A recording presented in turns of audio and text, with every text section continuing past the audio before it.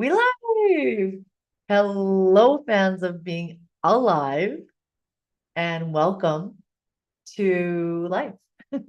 I was gonna just go for a run in my run gear, but I realized I have to wait for my son to go home, to come home. So I thought I'll pop on live because it's been a few days. Generally speaking, if I'm not here, it's because I am working, working with my clients or writing. I kind of love this background and then how I can like bring this like clarity to the crown chakra symbol. That's the crown chakra inside of the root chakra because I recently learned that they're connected, like those two, through transformational breath work. And it made so much sense to me because I was like, how am I back at the root chakra? In my beginning of my healing journey, like in the early 2000s, I had learned all about chakra healing and the chakras and, to give attention to those themes that are showing up in your life. And, that sense of security and safety is like the root. It's like that space that we sit in. And, at first I was like, wow, how am I back at the root chakra? Like 20 some years later.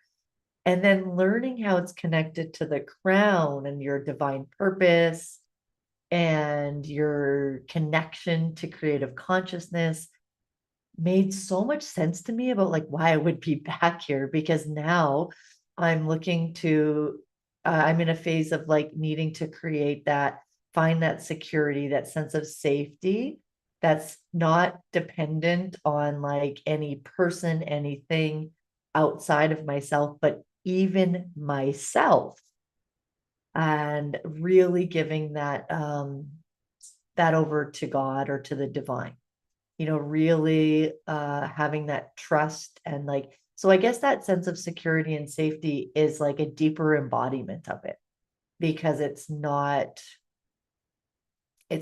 this, okay, once I get all of this set up, then I'll be okay. It's more of a knowing like I am okay. And yeah, I mean, there's so much I could say to that because that's this way that I find a lot of people I know right now, especially women, are feeling about just this like coming into the way of doing things and doing business and creating things in the world from a less like boss babe masculine mentality and more from a receiving and allowing and connecting and communicating and community and relationships. And I am in there with y'all. And I actually didn't even sit down and plan to say this today, but that whole crown root just had me hypnotized. And I do think that this is an important conversation, even if we use different words to define it: yin, yang, light, dark, receiving, doing, acting. I still find, even personally, that I follow a lot of like men entrepreneurs and male solo entrepreneurs and like learn from them. But then I find like the systems that they use and the way they even speak or look at or go about doing their business is very different. And it's even, I think, just different for them to utilize and organize and monetize. And of course, there's women with those skills. It's just I'm more speaking to like the healingpreneurs or the small business women or the women that are finding that showing up for business in that way is a fast track to burnout. And we end up overgiving and overdoing. And not that we can't find systems in our own business that work for us, but what I'm speaking to right now is the understanding and the awareness that that's one of those things that doesn't work anymore. And I did say that I'm going to focus on the things that are working today. Because I know it's easy to kind of be in the muck. And meditation that I've been doing recently, it was about an eagle and how the eagle is capable of, being on earth, like being in the in the lower sky or on the ground, even seeing the reality and seeing the truth. And then, like, I've been talking about, seeing these things that have to change or that are changing, um, and that's not working anymore. But then the eagle has that capacity to fly above it all and be free, really be free from it. So I'm loving this. Yeah, like just this vision and imagery of where we can still see the truth and see the reality and see what needs to change, even for ourselves, for our lives, for humanity.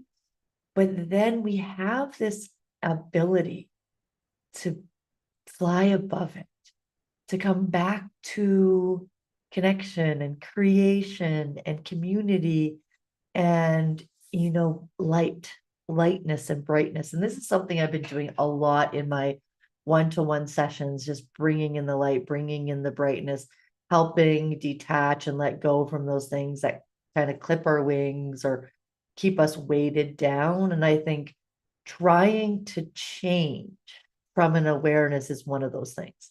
I think that then we get this, like we can see, oh, I need to do my business in a more feminine way, or like I need to find systems that work better for me so I don't burn out, or I need to eat better, or I need to exercise more, whatever it is.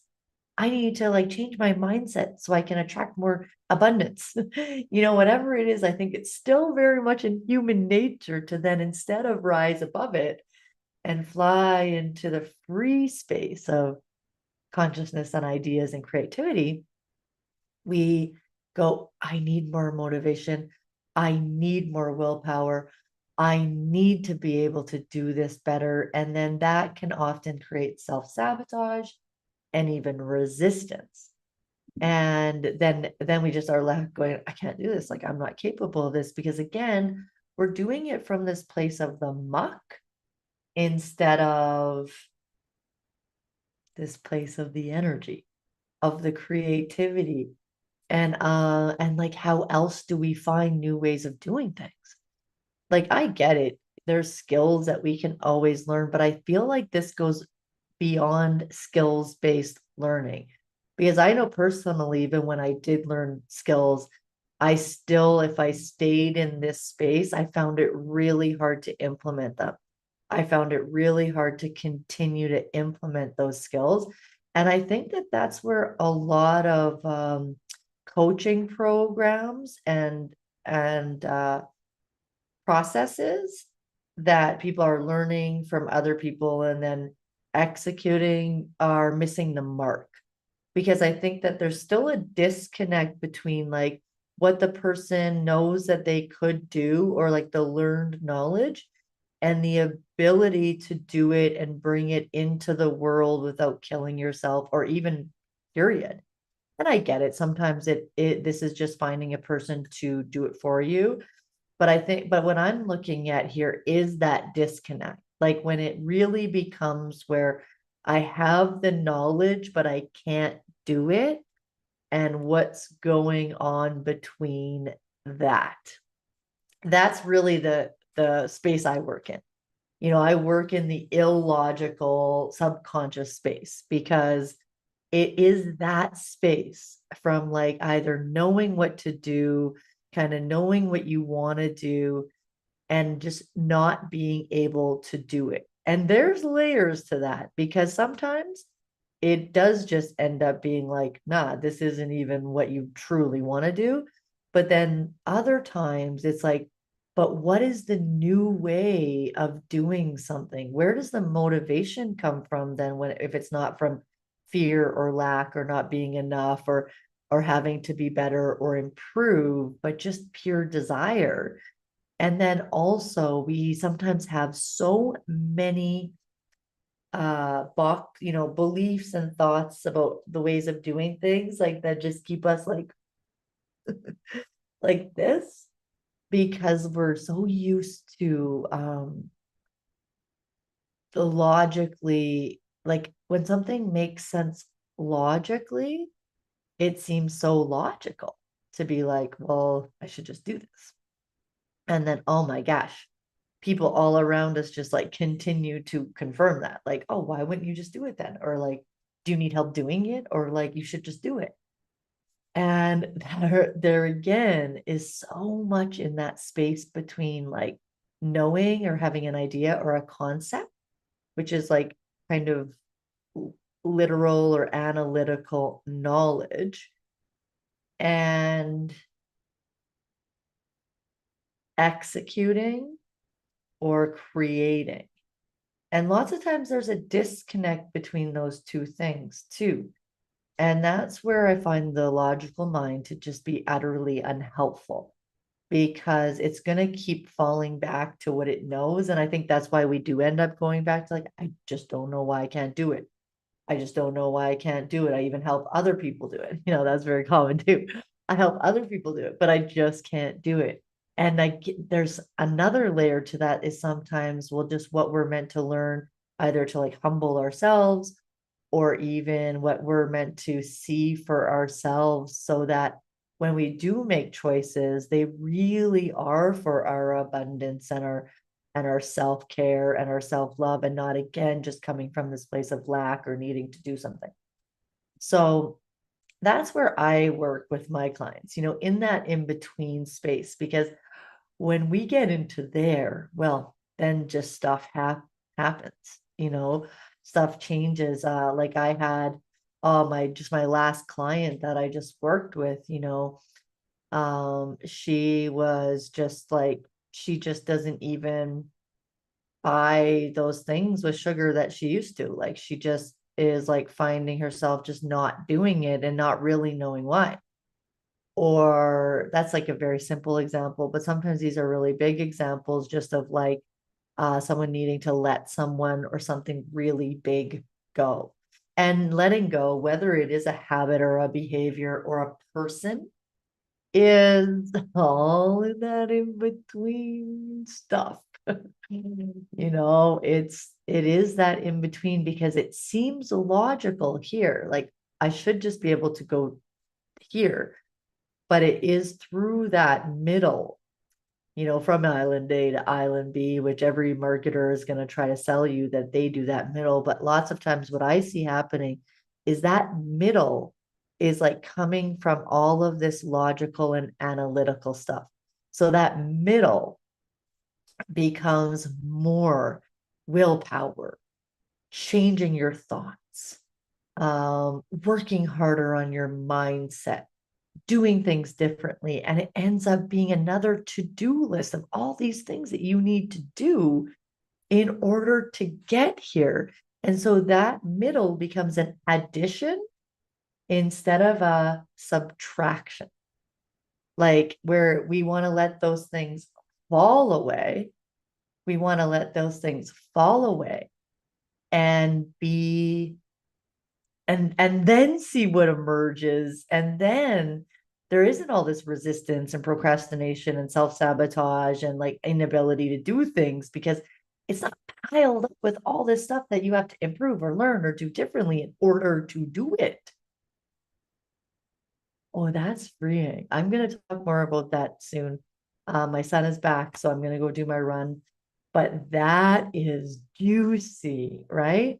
Because if someone is helping you get from where you are to where you want to be, and they're just piling more things on for you to do, instead of using a more effective subtraction method, then it's probably likely either going to only be short-lived if it does work, because it's going to require so much energy and constant effort for you to keep it up, that once that person is no longer coaching you or in your life, it'll probably dissipate. Whereas I think the goal of like a coach or a healer should always be to like not need the coach anymore unless they're again trying to level up. So I'm going to leave it there for now. Leave me any comments, thoughts, like, subscribe, do whatever you want to do. And I'll see you next time. Ciao for now.